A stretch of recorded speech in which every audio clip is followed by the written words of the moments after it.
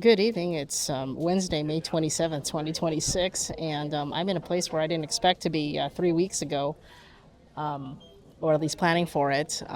In case you can't really see what's behind me, I'm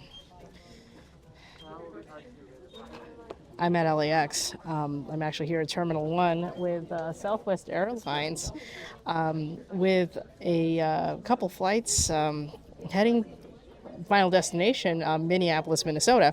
And this is a combination of a one-way plane ticket and a motorcycle acquisition and a 1,900-mile ride home.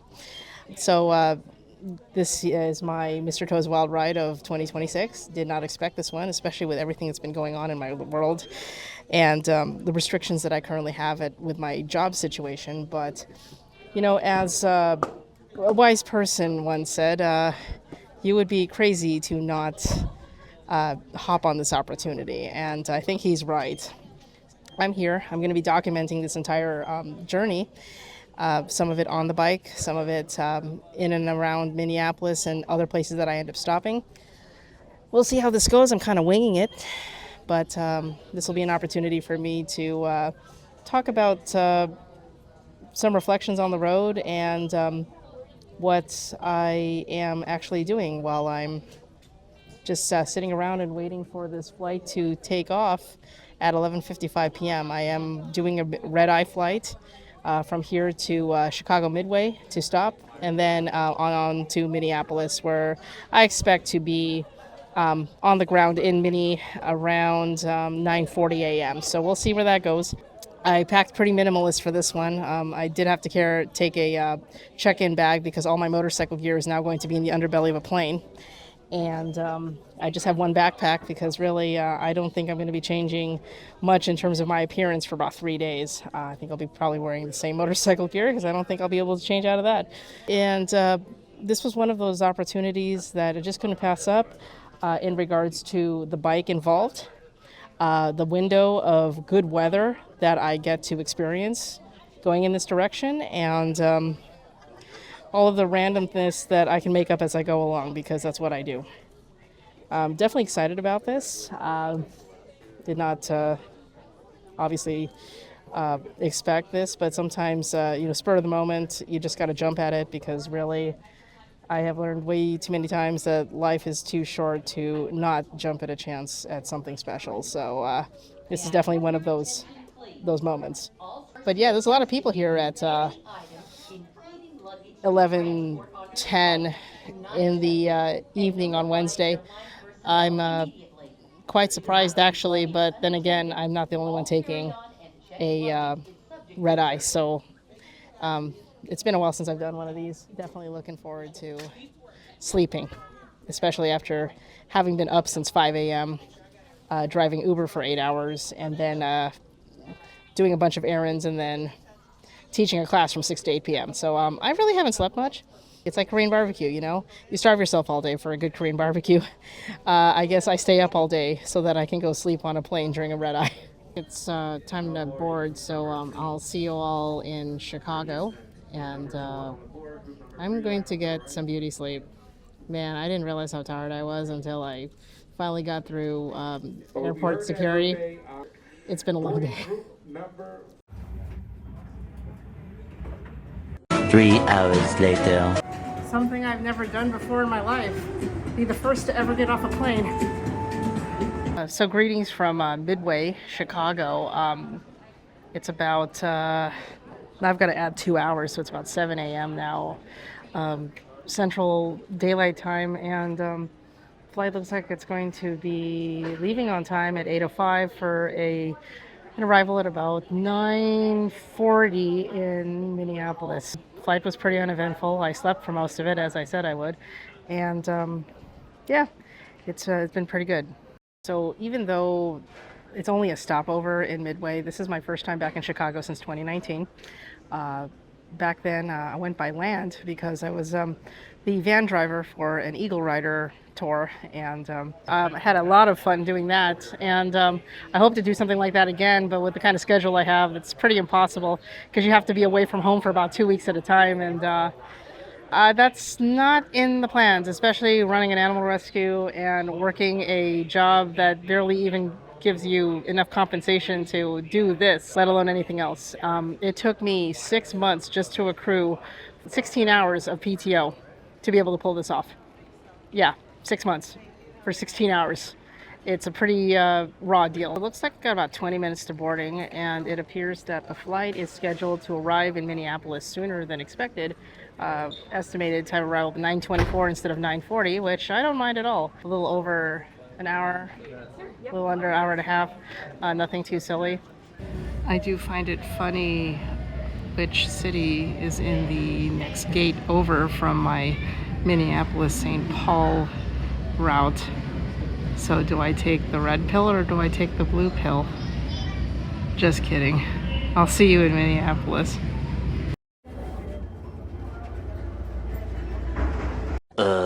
All right, Minneapolis, I am officially inside you.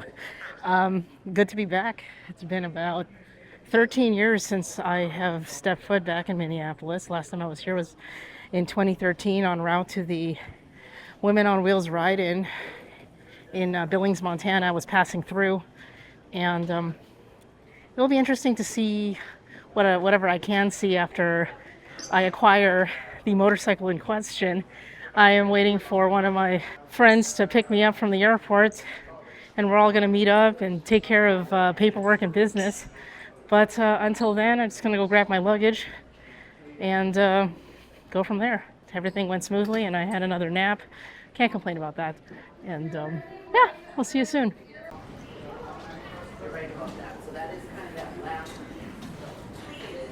I think deliver on the 18th. Please keep moving forward.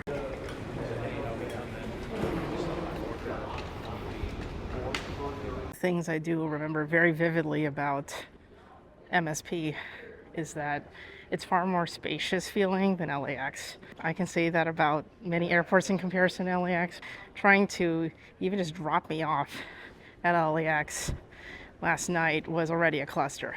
I mean, one of my normal entrance when I usually drive Uber to drop off many a passenger in the Sepulveda Tunnel was reduced to one lane, and I had to request my co-pilot to overshoot the tunnel, make a U-turn, and then go back in the opposite direction. Obviously, it's a lot easier to get here because there's only 2 terminals at MSP, where there is technically 8 terminals. Right now only 7 because 5 is a crater at LAX, but it is pretty annoying at times, and going to other airports in the United States just reminds you of how badly designed the home one is in Los Angeles. So I'm outside Humphrey Terminal here, and I will say the weather right now is very close to Los Angeles, which is very comforting. I'll give you the lowdown on what's going on.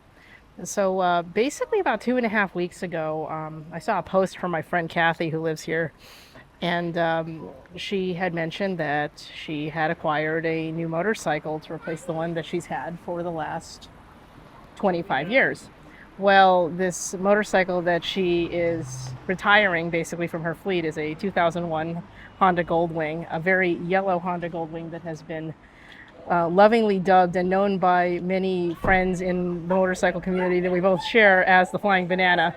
In her post on Facebook, she subtly posted that she was going to sell the thing, and I messaged her privately and said, hey, so are you really getting rid of the Flying Banana? And she said, yeah. And she also said that if I was interested in it, that she would cut me a pretty good deal on it. And I said, well, I have to admit that I thought about it for about 15 minutes, talked to the co-pilot, and then basically was like, yeah, so what's your take on me going all the way to Minneapolis to grab this bike and ride it home? And he told me that I would be crazy not to. So that's how that all went down. And then to make things even better, I was able to find a pocket of time, which just happened to be the Wednesday after Memorial Day weekend, in which the weather was perfect, or expected to be perfect, and the price for the flight was ridiculous. So as a result of that, once I bought the ticket, all of the plans fell into place, and flew out on Wednesday night at 11:55, and now I'm here on time at 9:46 in the morning Central, and we're gonna make this happen. So as soon as my friend Laura picks me up, we're gonna get the ball rolling on stuff, and pretty excited to be here. Back in Minneapolis, even if it is for a short time. I know that I won't be able to visit a lot of friends, but I have a feeling that with this particular flying banana now transferring to my possession, I have a feeling there will be a lot more long distance trips ahead of me, and many more for this infamous machine. There are a lot of aspects of this bike that are very special, not just because of the way Cathy used it, but also in my own personal history with Honda Goldwings, because in essence it was a yellow Honda Goldwing, a very special one, that told me I was capable of riding a motorcycle that large. And this was very early in my motorcycle career. And of all of the bikes that had to come back into my life and bring my motorcycle career full circle, it had to be this one. I am absolutely delighted that Christine is going to be the next rider of the Flying Banana. That bike has been an important part of my life for the last 25 years. It started out when they came out with the 1800 Goldwings in 2001, and the technical reviews in Motorcycle Consumer News and Rider and every place were saying what a cool bike it was. I wound up reading articles in the middle of the night, and finally the decision was made, I better get that new bike. It unleashed a monster. I mean, I competed in the Iron Butt 5000, a 5-day, 5,000-mile rally. I competed in the Iron Butt Rally in 2019, and I didn't just compete, I finished it. And there's nothing like riding a bike through Yellowstone Park late at night, multiple times with critters all around, and you're there just with a motorcycle. And if it wouldn't be that my shoulder got smashed in South America when I was riding my V-Strom, I would still be riding it, but it's getting harder and harder to run the clutch. So I'm switching to a DCT Goldwing. All right, so was fiddling with the bike over at my friend's house for about an hour and a half or so, just to get the audio stuff working to where it was acceptable. Big thing is connectivity to my headset, and making sure that I have music and tunes. And then after that, I made the 12-mile jaunt over to the Mall of America. So I'm currently in the east parking structure of Mall of America, which is actually where I parked when I was here last 13 years ago on my FJR 1300. And just right before that, I stopped at the IKEA in Bloomington, Minnesota, which is just right across the street from Mall of America. And that makes it officially my 24th store visited in terms of IKEAs. So I'm just killing a bunch of birds with a gigantic stone right now. So some initial thoughts on riding this bike. I will say it is the same beast I remembered riding many, many years ago, except that I'm coming in with a lot more experience now, so it definitely is a plane. I definitely do have to get used to the fact that it is a heavy thing, and that you really have to rely on that engine power to make sure that it stays as stable as possible. But once it's flying and it's going. And so yeah, I'm obviously we're gonna have a lot of time together on the road to get to know each other, and for me to figure out its quirks. But overall, yeah, this is gonna be a fun time. One of the things I also forgot that this thing had, and yes, my helmet is yellow, and that was not a foreshadowing of things to come, but yeah, it's got a built-in helmet hook. I totally forgot about that, because some of the other Goldwing friends that I had back like 20 years ago who had these bikes would put these like dangly things that would extend, that you would put through the D-rings to make that work. So I thought that was pretty cool. But anyway, that is the current scheme of things. So I'm here to go meet a friend who is currently doing some remote work at the Starbucks somewhere. I think there's like, 16 Starbucks inside of this Mall of America, so I'm gonna find out which one it is. I think she gave me the location number, so I should be able to find it.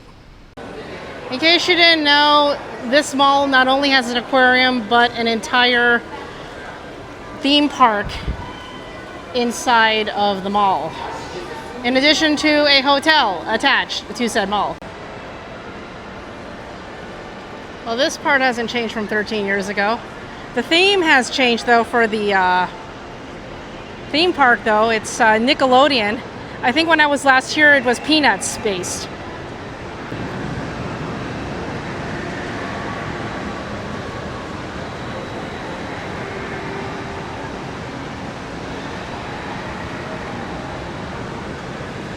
I know this is a small sampling of what this is all about, but I'll tell you, you could literally spend a day here and not get through everything. Now to put in perspective here, in terms of ranking, in terms of size of malls, Mall of America is the largest mall in America, and my home mall, Del Amo Fashion Center in Torrance, is ranked number 7 and the second largest in the state of California. But honestly, there's nothing that's going to compare to this. This is probably the most insane thing. It's so insane that talking to local Minnesota people, they kind of treat this place like Santa Monica. It exists, but don't you ever try to come here because it's absolutely ridiculous and full of tourists. I mean, it's just crazy that this is even a thing right now. I thought they were.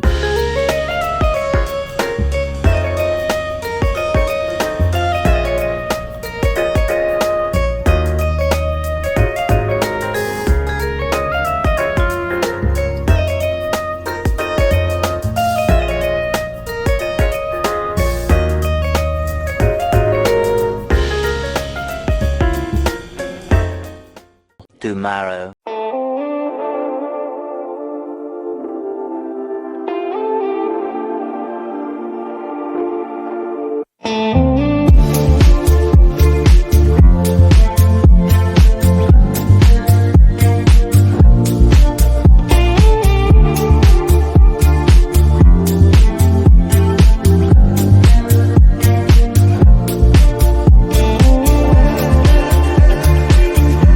Good morning. It's Friday, so I decided to just leave Minnesota around 8:30 this morning. Say goodbye to my friend and headed off. And I figured this first stretch was meant to test the question: how long do I need to ride before the fuel light goes on?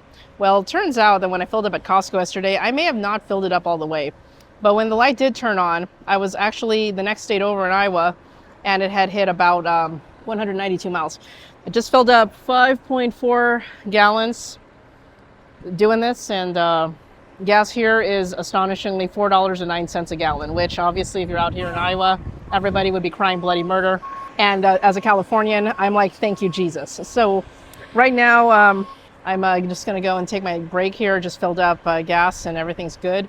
Goldwing is just amazing. I will have to say though, and much respect to Cathy for all of the years that she rode this bike with a stock seat.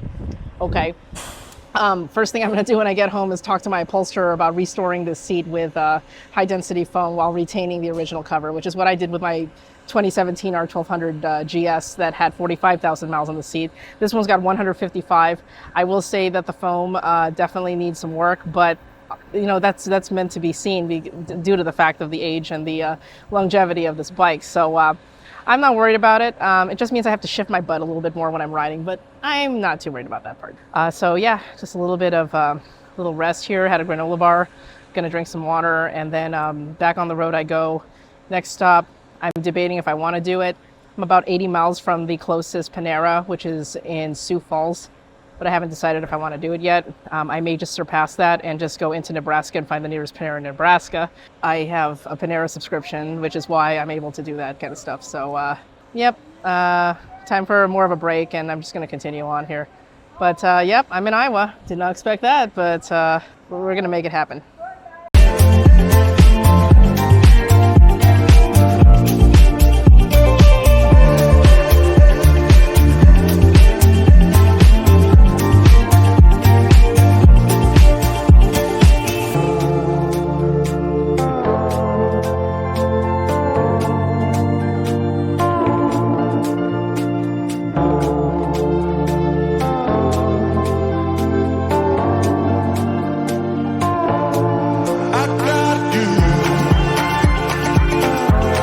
I'm going to take a little time to explain the logistics involved with actually getting to Minneapolis. So what had happened was I came in with one backpack and a checked bag, which is actually this OGO wheeled bag here that is meant for dirt bikes, but you know, it's meant to carry any sorts of gear.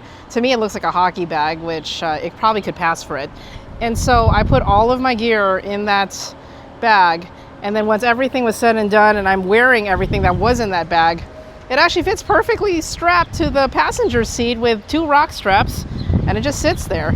And it's pretty cool too because there's just a little bit of storage in the back. I have a Camelback for future considerations in case it gets a little bit warmer than it is now, which it's not. And that's how all of the stuff that I brought with me comes home. And of course, these gigantic cases and whatnot, the 2 there, and then the trunk itself, which is cavernous enough to fit the backpack that I flew with. So no problem here. Everything is just hunky-dory.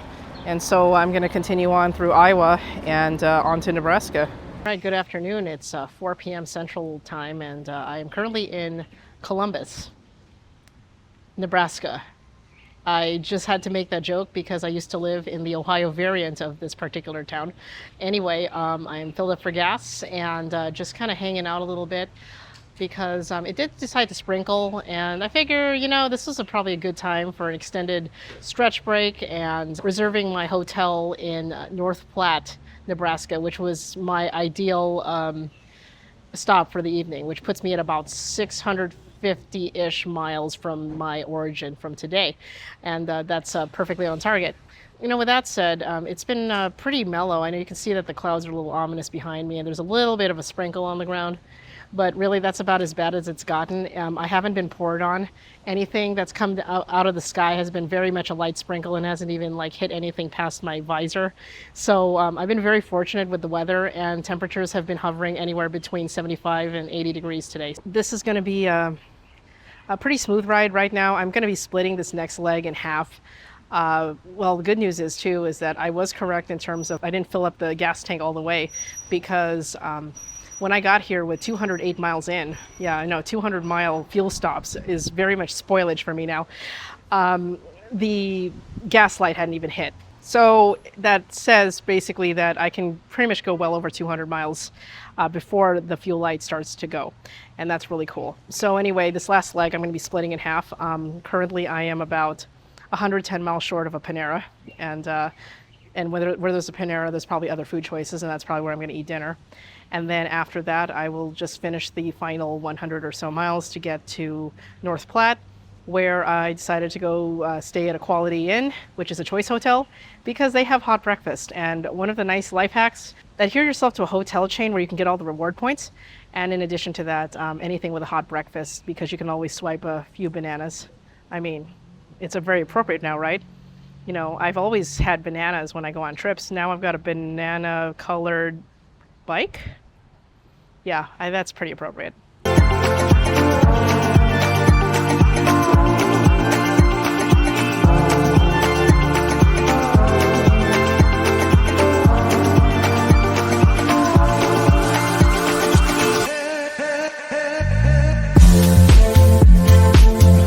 Well, good evening. It's 7 p.m. Central Time here in Kearney, Nebraska. So I got here probably about 6:45 or so, just rolled in, pretty much took US 30 all the way, pretty much brushing I-80 now. So at this point, I did reach my goal in terms of getting to Kearney and then choosing to go the extra mile. So I've got about 100 miles to go to North Platte, where I have a hotel waiting for me. It was really cute. There's this one employee here who, it's a lady, and she just got a Yamaha R3 that was actually parked in the parking lot when I first arrived here. And she was totally ogling over what she called the banana bike, which obviously the flying banana, it's a very fitting, basically I'm just chilling here for a little bit. I've got more than enough gas to get to North Platte, and it's about 100 miles, and I'm just probably going to just fill up in the morning and then head out. It does appear, though, they did give me a warning that there will be a slight thunderstorm passing through for about a couple hours tonight, but I checked Weather Channel, and it looks like it's not happening for a few hours. They said that the first time that it's going to be over a 20% chance of rain will be about 10 p.m., and I'll probably be well into the hotel.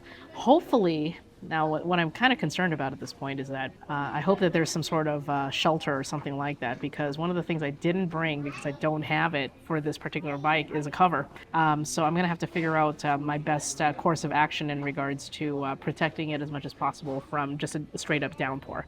Aside from that, I mean, bike's running great. I'm doing all right. Meal that I just had here at Culver's, which for those who are uninitiated, another chain in California called Freddy's. Well, there's like a couple in like San Diego. And Culver's is a Midwestern version of Freddy's. They are known for having custard and butter burgers, so it's very much like the steak burger, smash burgers at Freddy's, and they have a lot of good ice cream and milkshakes and things like that. I'm not going to do the milkshake thing. I'm doing iced tea, a lot of unsweet and just a tad of sweet just to make it interesting. But yeah, Culver's, you don't see them on the West Coast. Actually, last time I was in Colorado, I ended up eating at Freddy's, of all things, in Grand Junction for dinner. So whenever you get a chance to see one of these, you just do. And it was really funny because originally the reason why I ended up in Kearney was because there's a Panera here, and it's one of the few Paneras that's actually in the state of Nebraska.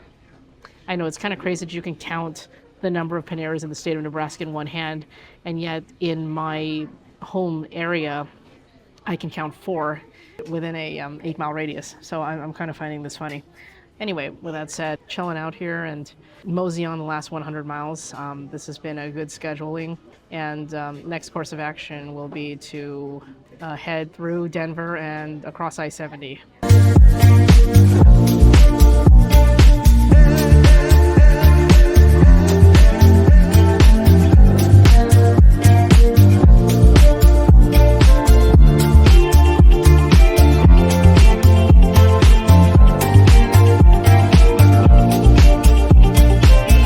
So good morning from North Platte, Nebraska.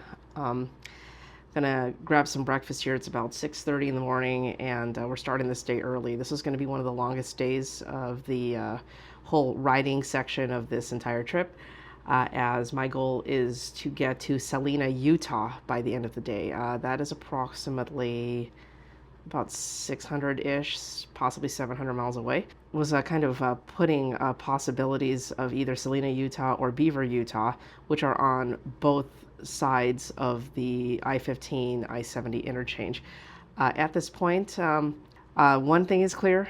We'll definitely be going to Buc-ee's over in Colorado, which is basically taking 80 across and then dropping down 25, zipping through Denver after that, and then heading 70 all the way across until I get to Utah.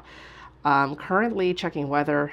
Things are clear until about after lunch. It looks like there may be some lingering storms on I-70 in the section with the mountains up in the higher elevations, and temperatures could potentially drop into the low 50s. So we'll see where that goes. This will be a good test for the weather resistance of the Goldwing, and in addition to, as a backup, I have brought my heated gear. We're going to test the theory that whenever you move any direction more than 500 to 600 miles, you may experience a temperature fluctuation of 30 to 60 degrees.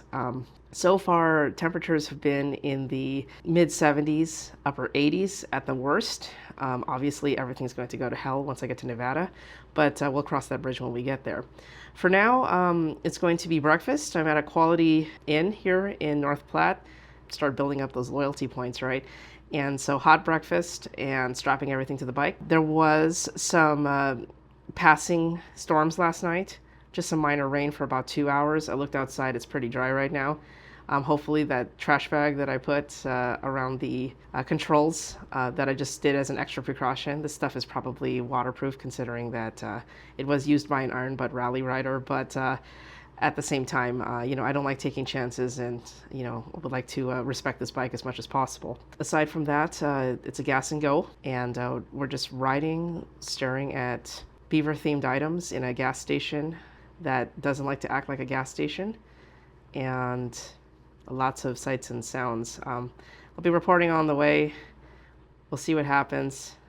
Thanks for everybody taking the time to follow along in this journey. It has definitely been a doozy, but in a good way. I've been enjoying the comfort of this Goldwing, and I will say after 20 years of riding, and also many hours riding with people who own these bikes. There's a reason why Goldwings in themselves have their own culture, their own fan base, and a specific way of riding, because riding one of these is not like riding any other motorcycle you'll ever ride in your life. And I'm not saying that as an exaggeration. I'm saying this as a professional in the industry, well, at least former professional in the industry, and someone who has rode hundreds of thousands of miles in everything but this. That's something to be said about a bike that's 25 years old and still makes your eyes go pop.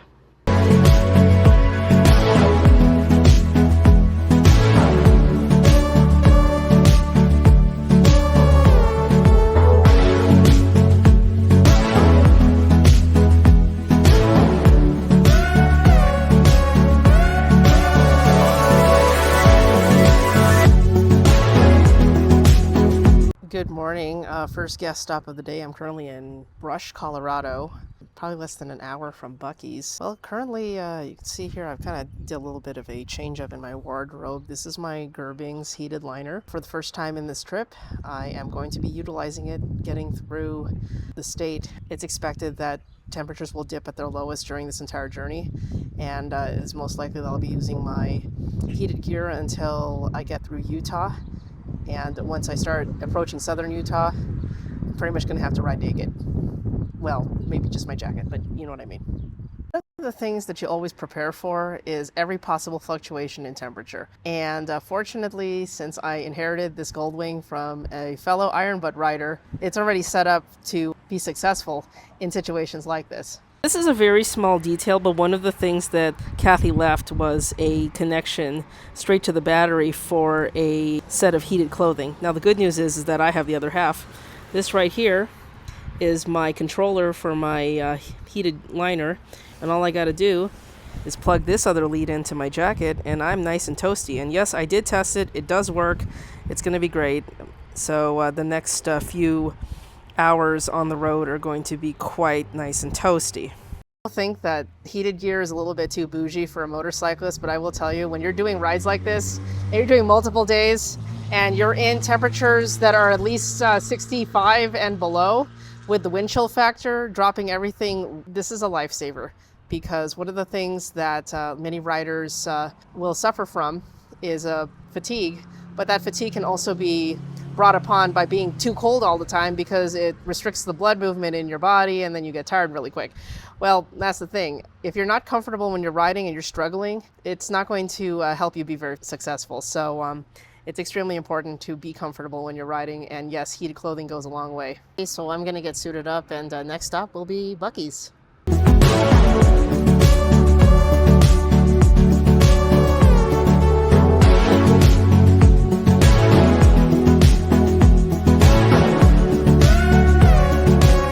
Greetings from Colorado. Just made it to Buc-ee's. I did fill up gas right before I started filming here, because it's pretty dark over there and I wasn't going to park my bike in front of a usable stall. We're going to go inside. This is going to be my longest stop of the day. I have to say though, Colorado really can't make up its mind in regards to the weather, because it was pretty chilly on my way to my last gas stop. So then I put on my electrics, and now it's warm enough to where they're not necessary, but then I get to the mountain area and then it's going to get really cold again. So it's like, okay, make up your mind. There's a part of me that thinks that I'm going to probably just grin and bear it, get through Denver sweltering a little bit, and then just pop into the mountains, just get it over with. But making good time right now. It's 11 a.m. I have to keep remembering that I'm going backwards in time. We've now entered mountain daylight, and let's do Buc-ee's. This is my second Buc-ee's. I was at the Buc-ee's in Amarillo, Texas this time last year on my 2017 BMW R1200 GS. So this is my second Buc-ee's all time. I did pass this one the first time in 2024 when I was in the middle of my bun burner 1500 Gold, which obviously I couldn't stop. But I did make a promise that I would come back here, and I'm keeping that promise, just with a new friend this time around.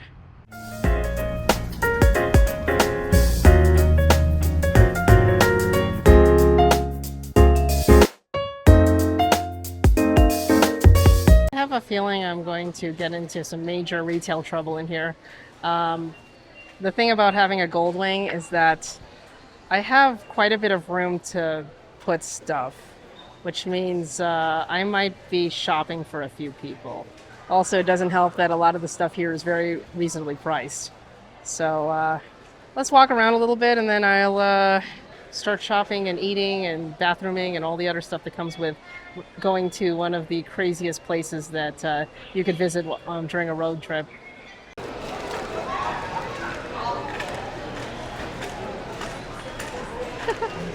Oh boy, here we go.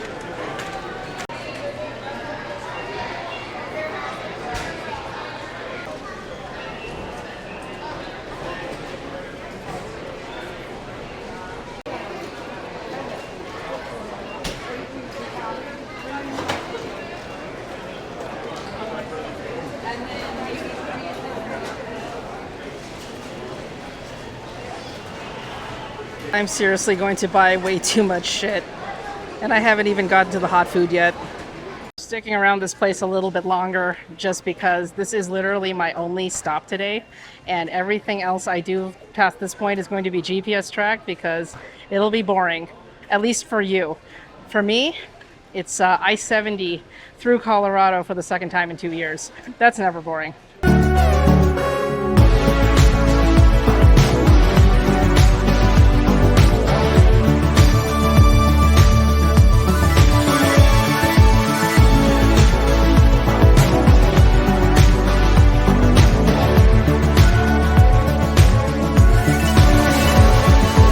Greetings from Gypsum, Colorado.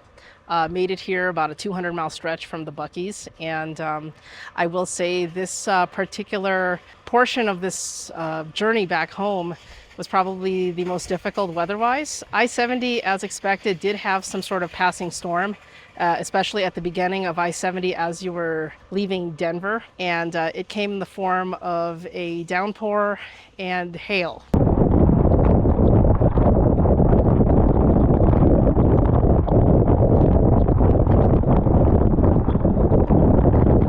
Yeah. So one of the things that I'm really grateful for was that before I left Buc-ee's, I put on my heated clothing, so my jacket liner was on. It was on standby, really, because I will say that a trip from Buc-ee's onto I-70 was a little on the warmer side of things, but as soon as the mountains hit, the temperatures dropped, and it was perfect timing. At one point, temperatures dropped to about 53 degrees, which does sting a little bit if you're not wearing the right stuff. Now that I'm out of that section of I-70 and about 100 miles, if not less, from Grand Junction, Colorado, temperatures will probably be staying in about the upper 60s. And so the heated liner now goes back into the trunk, and I will continue as normal. Now, one of the things that has changed, though, is that I have the Camelback out now. So in terms of Gypsum, Colorado, I'm actually at the Costco. And it was actually for a couple purposes. One of them obviously was for a bathroom break and for gas. The second one was actually for the nitrogen tire filling station at the tire center. Main reason was the tires were running a little low, a few pounds lower than I would have liked and what was recommended by Cathy. So I went in and topped the tires off with nitrogen, so I should be good for the rest of the trip. Cool thing about the mods that Cathy made to this 2001 Goldwing is that she did add a TPMS tire pressure sensor to the bike. It's aftermarket by Garmin. That was pretty cool. So it was nice to be able to know when things were low and to be able to attack it quickly. Since my normal tire inflator had a gigantic lithium battery attached to it, it was not something that I was really allowed to carry on a plane. So I just had to wait till I got to Colorado to go to a Costco. It all works out. But yeah, I'm all filled up, just taking a break. It's gonna be about another 400 miles or so, but I think the intended target for Salina, Utah is definitely very doable tonight. I'm not sure if I'm gonna go for extra credit points and hit Beaver, but we'll see where timing goes.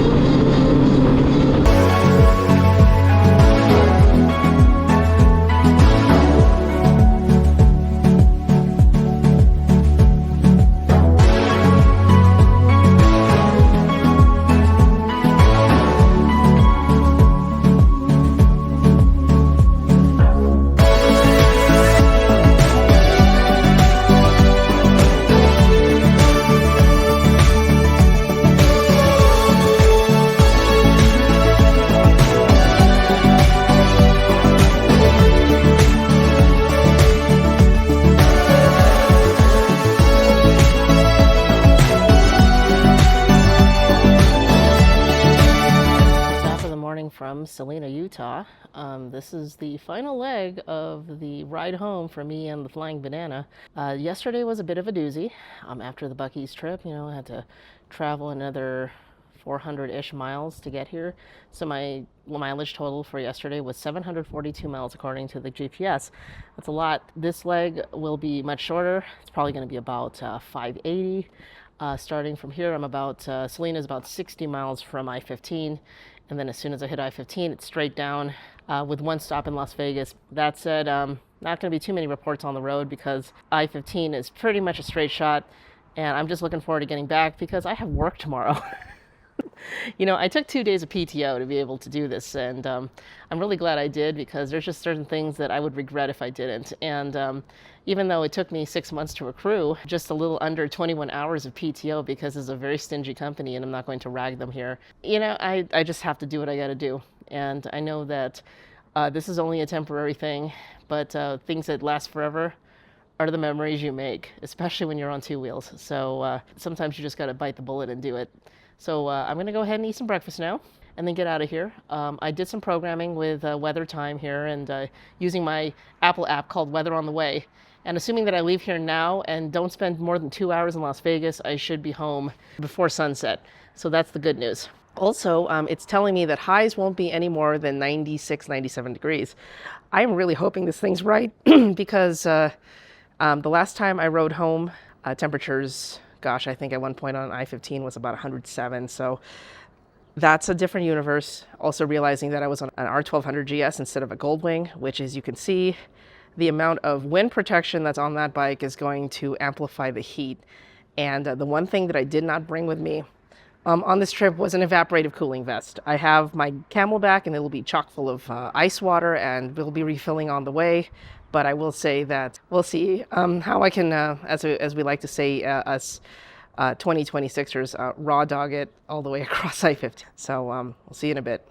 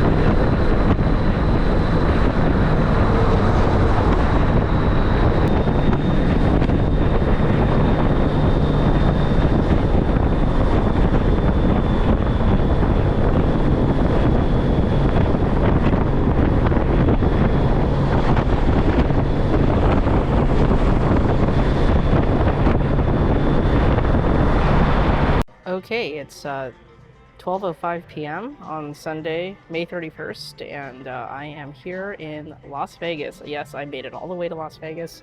Started in Salina, Utah, and just rode straight with one stop in St. George. I'm at the Panera on Blue Diamond Parkway, Nevada 160, which if you go in the opposite direction takes you to Pahrump. This Panera just happens to be one of my normal Paneras when I'm here in Las Vegas, and mainly because it's the last Panera before you jump onto I-15. And in addition to that, there's a Chevron in the same parking lot, so it's really easy to just gas up the bike, gas up yourself, and then go. Currently taking my one extended break here to make sure that all of my liquids and everything are refilled prior to my departure, and I'm just going to ride it straight about as far as I can, taking a break as appropriate. Of course, my next break will be in California somewhere, don't know where, don't know how long I'm going to go. In regards to a gas stop, I do have an option of anywhere between 100 to 200 miles if I want it. We'll just see where that goes. But yeah, it's been a very interesting ride. I spent a little bit of time while I was cruising to check out some of the settings in the GPS units that are attached to the Goldwing. And let's just say that when I get back, there will be a few redesigns in order as soon as I do, more than just the custom seat repair. So we'll go from there. But otherwise, it's been a pretty smooth ride. Right now, in terms of heat, I'm looking at about 90 degrees. And hey, you know, if you want to end up in it, you're cool. Well, yeah. So there's my This is her yeah. lunch, dinner. I don't know what it is, but It's a break. Yeah. So there you Get go. your drink as well, okay? Thank you. So anyway, this is just the way things go. I'm having a grilled cheese with sourdough bread. It's pretty simple, and an extra piece of bread because I just need the carbs to be able to get back. And then after that, I think noodles are in order when I get back to LA.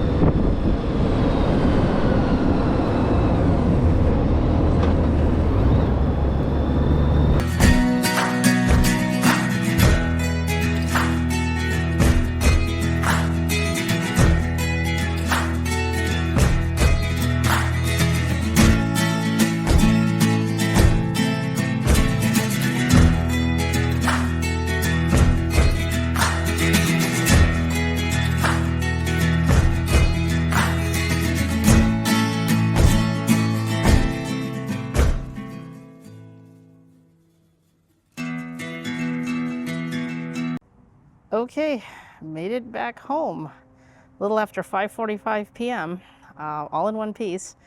There was a little bit of issues on I-15, especially around Victorville and the Cajon Pass. And I will say, it's really not a good idea to do full cleaning and maintenance on the women's bathroom at a Maverick on a Sunday, especially on I-15. Yeah, that made it interesting. I'd like to thank the guy who courteously cock-blocked the men's restroom so that all 8 of us standing in line could go use the facilities. Anyway, with that being said, been a heck of a ride. I'm really happy that me and the bike made it home. And you know, there's going to be a lot of more adventures ahead, but this was just the warm-up. What a way to get to know a bike, than to spend 1,900 miles in 3 days on the road with it. There's still a lot for me to learn about this bike, and it's definitely tested a lot of my skills as a rider, but in a positive way, and just reminded me that this is something I still love to do. Hands down, I would rather be doing this than a lot of other things, and I will continue doing this kind of stuff until my wheels fall off. So for everybody else who has been following this adventure so far, you know, I'd like to thank everyone for all of their support, and all the friends in the many states that I visit, the ones I got to see, the ones I didn't really mention in this video. Stay tuned for more. I think there will be a lot more adventures with the Flying Banana, and you know, we're just getting started.